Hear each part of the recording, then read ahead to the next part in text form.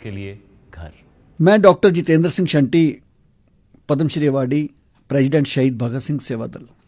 सच मायने में कोविड ने हमें जीना सिखा दिया।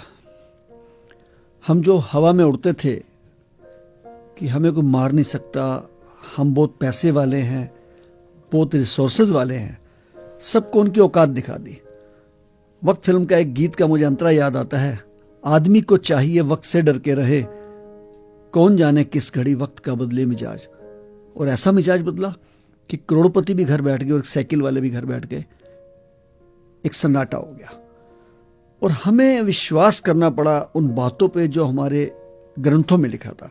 हम अक्सर पढ़ते थे, जगत में झूठी देखी प्रीत, अपने सुख स्यों ही सब लागे, क्या दारा क्या मीत। श्री गुरु ग्रंथ साहब में लिखा था, सुख में आन बहुत मिल बैठत, रहत चहो दिस घेरे, विपत परी सभी संग छाड़त, को न आवत नेरे। हम क्या देख रहे हैं कि लाश पड़ी है बाप की सामने और बच्चा कहता है कि मेरी तबीयत ठीक नहीं है, मैं नहीं उठाऊंगा। पूरे परिवार ने ना कर दी। शंटी जी आप उठा लीजिए। जब हमने लाश उठा के पैक करके एम्बुलेंस में रख ली तो एक पुत्र आगे कहता है, जी मैं दर्शन करना चाहता हूं अंतिम। हमने अंतिम दर्शन कराए। उसने पीपी किट खोली और पापा की डायमंड की अंगूठी उतार के ले गया। पापा को हाथ लगाने को तैयार नहीं है, वो कोविड वाले हैं, लेकिन अंगूठी पे हाथ लगाने को तैयार हैं। किसी ने मां की बालियां उतारी, किसी ने मरे पड़े माँ बाप के अंगूठे लगवाए। ये सब कुछ अपनी आंखों से देखा है और कहर देखा है हमने। आप लोगों ने तो सुने ही हैं। मैं तो शमशान घाट के अंदर था एक महीने से ऊपर, और 22 दिन में एम्बुलेंस में ही सोया, क्योंकि मेरे परिवार वाले दोबारा पॉजिटिव हो गए थे। इस कोविड ने हमें सिखा दिया और दिखा दिया कि आपका पैसा किसी काम नहीं आना है, आपका किया हुआ नेक काम आना है। आपको जिंदा रहने के लिए सिर्फ परिवार को नहीं पालना, आपने समाज को भी देखना है। और ये निश्चित है कि समाज ने काम किया जहां प्रशासन फेल हो गए। मैं घर पे कभी पानी की बाल्टी नहीं उठाता जी, और मैं शमशान घाट में 80-80 किलो लकड़ी उठा के और दिन में 100 बार रख रहा हूं।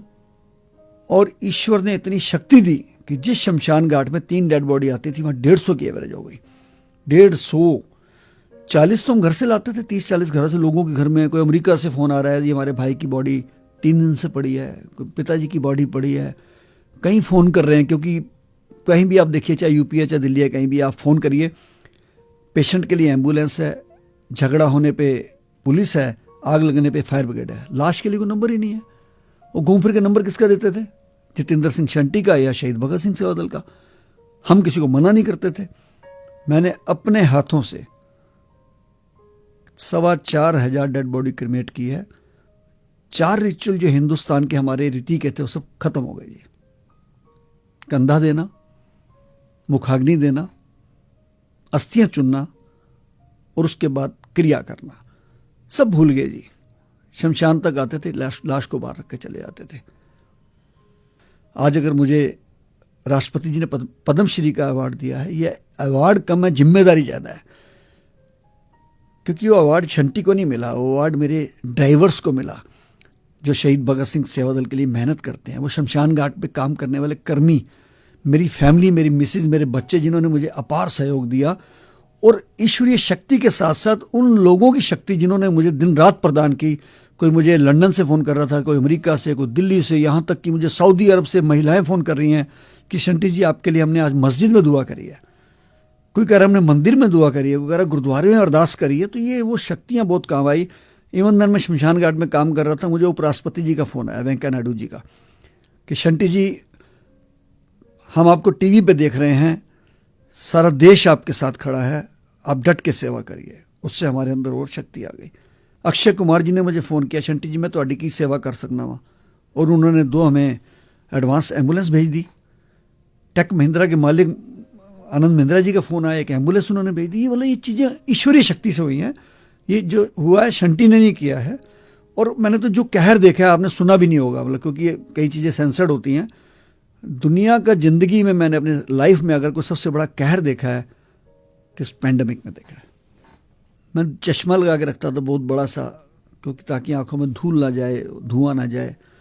पीपी किट, जुराबें, हाथों पर दस्ताने, लेकिन कुछ चीज़ों ने हिला के रख दिया जी। एक बच्ची मुझे कहती है, अंकल मेरे पापा की डेथ हो गई है, कहीं जगह नहीं मिल रही संस्कार के लिए। मैंने कहा बेटा मैं गाड़ी भेज देता हूं।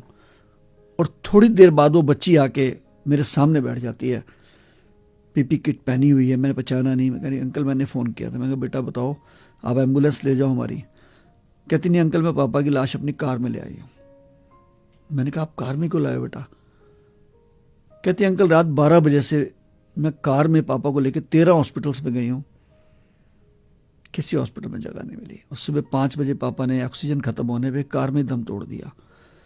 अब सुबह से मैं कार में लेके पापा को, ये लाश को घूम रही हूँ, किसी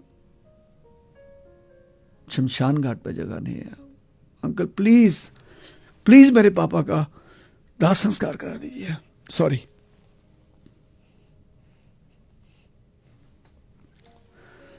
वो चीजें जिंदगी में भूल नहीं सकते जी। किस प्रकार एक मां 75 साल की मेरे पास बैठती है आके, और मैं कहता हूं मां मुझे लगता है आपको मैंने पहले भी देखा है कहीं। तो कहने लगी मैं 15 दिन पहले भी आई थी बेटा, मेरे हस्बैंड की डेथ हुई थी, आज मैं दोबारा विधवा हो गई हूं। मैंने कहा माँ जी आप कैसी बात कर रहे हैं? कहने लगी बेटा मेरे 15 दिन पहले पति की डेथ हुई थी, 31 साल का जवान बेटा था। मैंने कहा ये मेरा पति भी और बेटा भी मुझे पालेगा।